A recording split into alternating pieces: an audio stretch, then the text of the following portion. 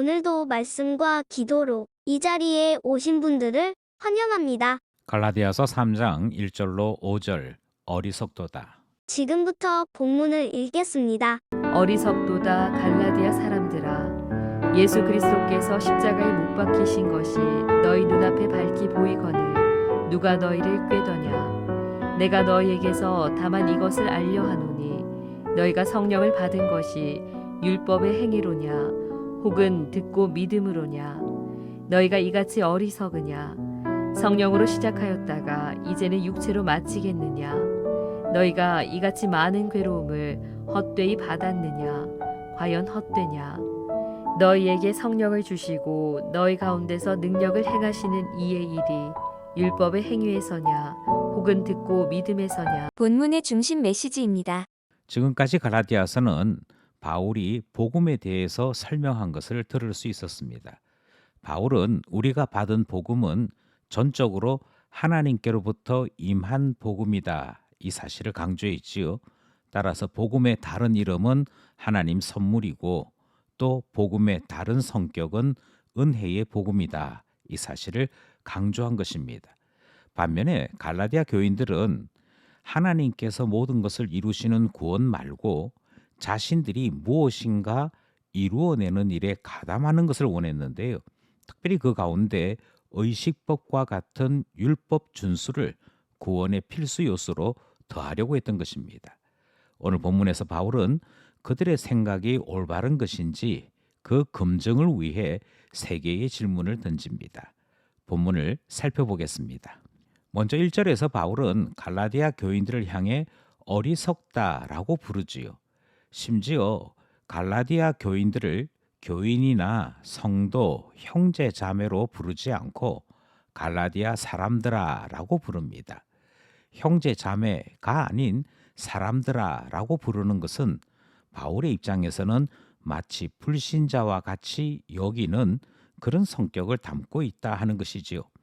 왜 1절에서 바울은 갈라디아 교인들을 향해 어리석다, 불신자와 같다 이렇게 말하는지 그 이유를 질문의 형태로 표현합니다.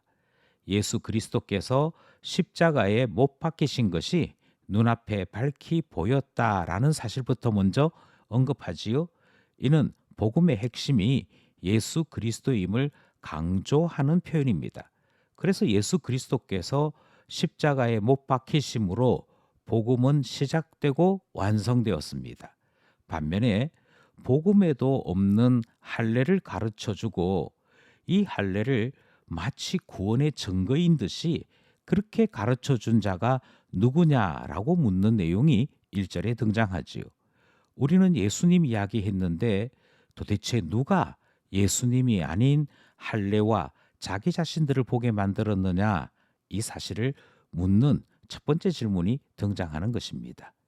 만약 예수님은 잊어버린 채 자기 자신들의 종교적인 의식, 종교적인 행위에 구원의 가능성을 담고 있다면 이것은 전혀 구원과 관계없는 사람들의 말이요 생각이다 하는 점을 일깨우는 질문이기도 한 것입니다. 어리석도다. 누가 너희에게 가르쳐 주었느냐? 이 질문이 있는 1절 말씀이었습니다.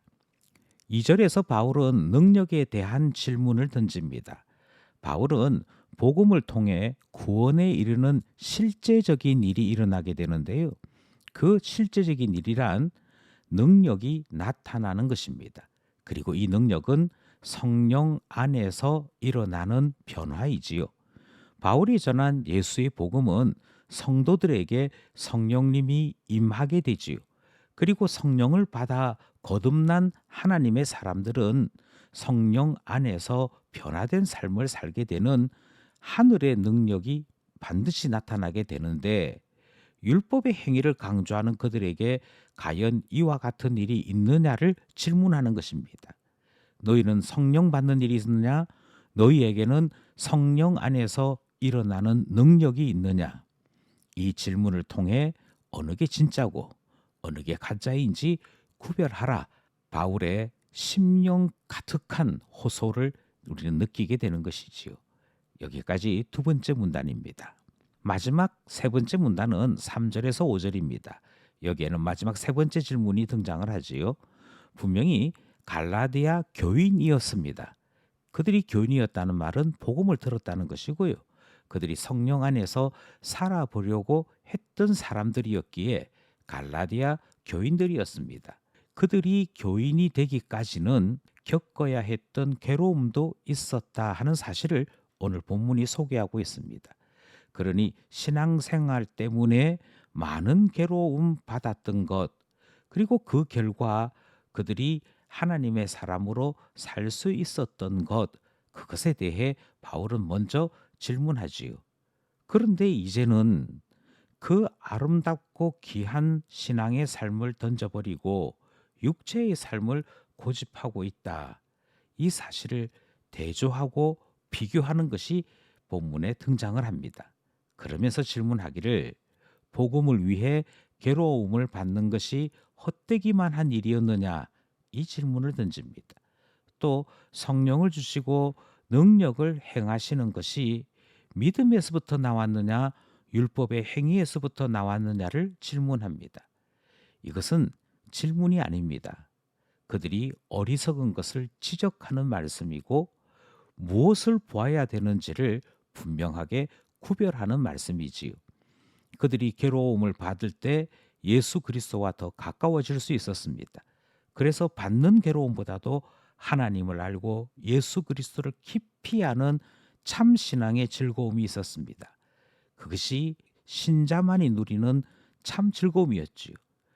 예수 그리스도 안에 있을 때 그들은 성령을 받았고 능력을 받을 수 있었습니다.